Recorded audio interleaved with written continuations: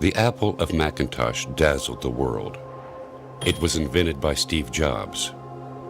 But who invented the apple we eat? The stethoscope.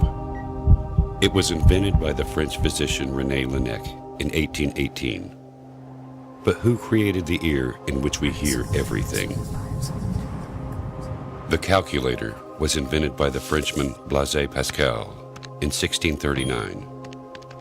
Who created the human brain, which equals 1 million of advanced calculators working at the same time? The electric light bulb, which we turn to lighten a room. It was invented by Thomas Edison in 1879.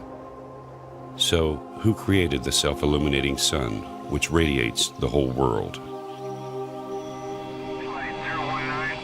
The plane.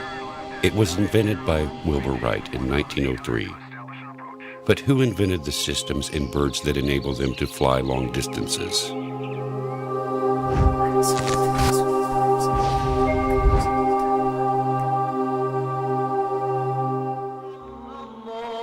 He is Allah, the creator of everything. Look for him. You will find him. Whatever we could imagine, it is insufficient. That God is praised and he is not in need of you and I. Everything he creates does what it's created for. The planets, they orbit.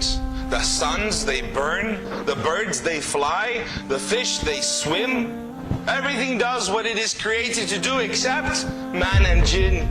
They are given free will, choose and refuse. So they will sometimes worship, sometimes not. The word Allah is a challenge. Allah says, I am the God. And to say it this way would mean that all other gods are false. Nothing is worthy of your veneration, your love, my love, our affection, our obedience, our dedication and devotion, except the one true Lord who created you and I. And he is above the heavens and the earth, separate from all that he has created.